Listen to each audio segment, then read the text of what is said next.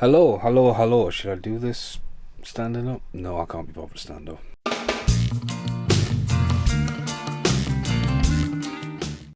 Okay, massive shout out to Matthew Connor, known as Condog, for getting me the rising sun. It's all the way over by there. You can see Mechagodzilla, and you're halfway to the sun over there, or the sun rising, as it translates in Italian.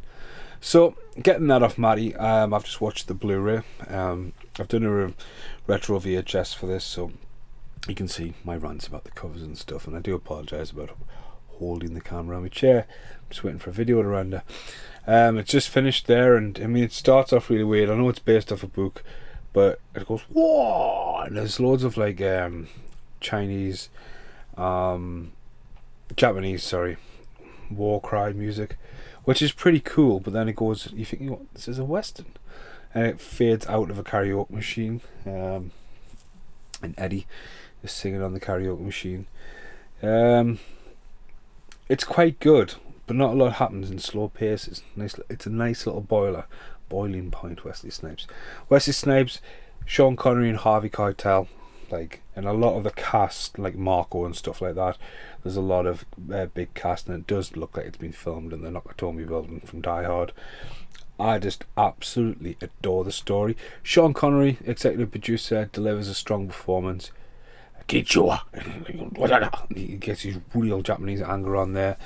Basically, Wesley Snipes is assigned to pick him up on the way to a murder. There's been a murder on the ballroom table. There's a big business meeting going down. It's Fabricom's getting taken over. Japanese want to buy it, help out this company, and there's been a woman murdered on the boardroom table.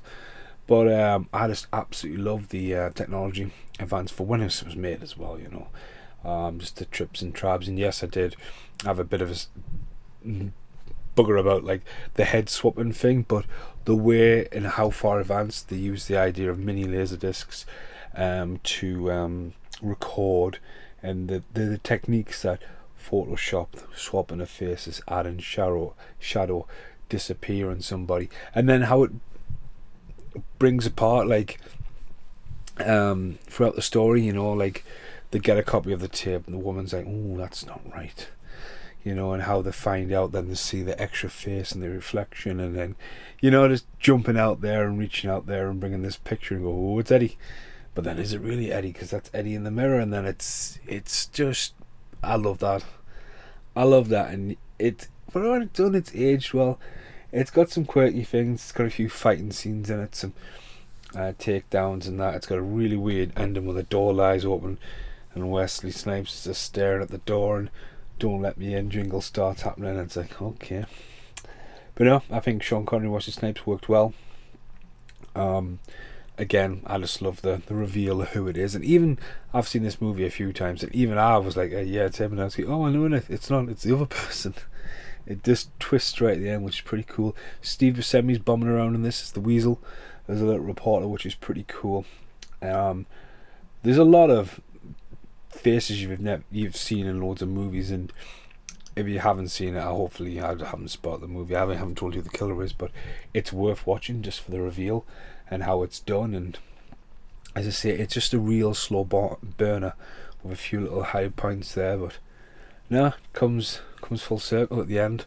So if you haven't seen The Rising Sun, definitely check it out. Right, not many outtakes. One Rising Sun has appeared in Wesley Snipes, The Good, The Bad, and The What the Fucks.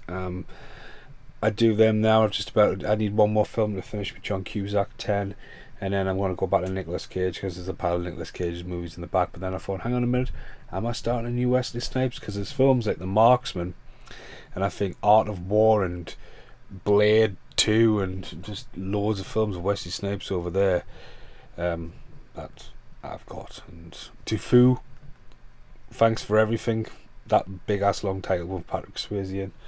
I bought that and I didn't buy it. New Jack City Vinyls play in the background.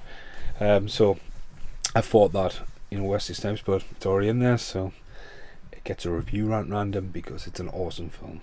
Right, goodbye for now. Like the video, watch more on the channel. See you later. And now the end is here.